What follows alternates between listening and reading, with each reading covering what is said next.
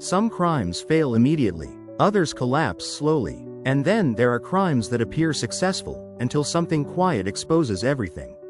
This is the story of a man who believed intelligence could replace truth. That calm could overpower evidence. That planning could defeat systems designed to measure reality. He did not flee. He did not break down. He stayed. And for a while, that decision worked. Welcome to Horror Gaze by FJ. Here, we examine real cases through time, structure, and evidence. No dramatics, no exaggeration, just the quiet tension that comes from watching a story fall apart. To the outside world, the marriage was invisible. Neighbors saw two people who followed routines. No arguments, no raised voices, no reason to look twice. The husband was known for precision, for planning, for thinking ahead. The wife had habits, schedules, predictability. Nothing about their life suggested danger. And that was exactly what made it possible. Nothing unusual was reported. No calls, no witnesses, no disruption. What happened inside the house left no trace beyond its walls. And by the time morning arrived, one person was gone. When authorities arrived, the husband did not hesitate. He spoke calmly. He explained freely. He offered details no one had asked for. At first, it sounded helpful. But detectives know that when someone controls the story before questions are asked, they are not sharing, they are shaping. The husband had designed a version of events meant to sound ordinary. Nothing dramatic, nothing memorable, because forgettable stories are harder to challenge. But repetition reveals flaws. And the more he talked, the more small differences appeared. Investigators determined the death was not sudden. There was no chaos, no explosion of emotion. It happened in quiet. He waited for routine, for closeness, for trust. No forced entry, no visible struggle. The cause of death reflected restraint, not loss of control. And afterward, he began constructing order. But the body told a different story. Time of death didn't match his account. Physical evidence contradicted his explanation. And the lack of defensive injury revealed familiarity. The person she trusted most was the one standing closest. For a long time, investigators avoided the question of motive.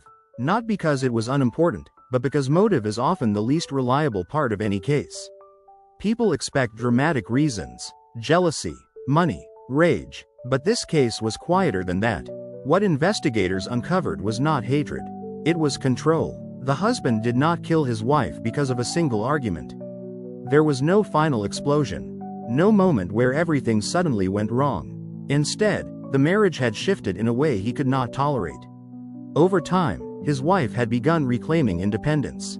Making decisions without approval, challenging routines that once belonged to him alone. To outsiders, these changes appeared ordinary. To him, they represented loss. Loss of authority, loss of predictability, loss of the structure he relied on to feel secure. Investigators found no evidence of panic in his actions. No signs of emotional overload. What they found instead was calculation. He did not act because he was overwhelmed.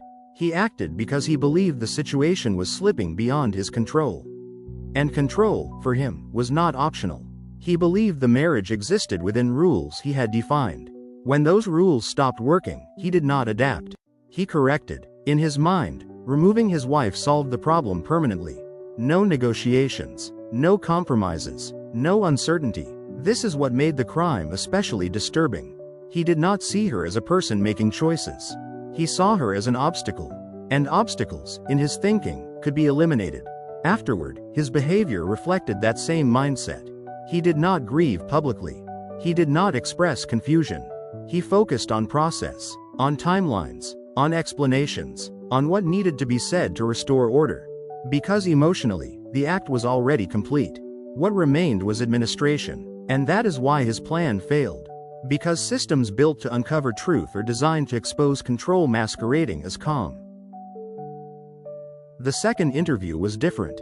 The detectives spoke less, listened more. They presented timelines, records, and waited. His answers shifted, not enough to be obvious, enough to matter. And then, they changed the subject. They talked about his wife. Not her death, her plans, They laid out evidence of her independence, her decisions, her future. He moved in his chair, just slightly. They asked one question. How did that make you feel? He didn't answer. He didn't need to. The truth was already visible. This wasn't about a single night. It was about a future he could not control. And in that room, for the first time, he could not reorganize it. Evidence aligned. Timelines settled. Responsibility was established. The house returned to stillness. But this time, it meant something different. The husband never confessed in the way people imagine. There was no collapse, no raised voice, no final admission, because this case was never driven by emotion. It was driven by control. He believed that if he managed every detail, every word, every timeline, he could bend reality into something that protected him. But reality does not respond to confidence. It responds to consistency. And that is why his plan failed. Not because he was reckless, but because no one can control everything once the truth has been broken. Some crimes announce themselves. This one stayed quiet, and that made it far more unsettling. Because it proves something difficult to accept. The most dangerous people are not always the ones who appear dangerous. They are often the ones who appear reasonable. This has been Horror Gaze by FJ. If this story stayed with you, share your thoughts in the comments. And if you want more long-form horror documentaries grounded in real cases, make sure you're subscribed. Because somewhere, right now, someone else believes they've planned for everything. And history tells us how that ends.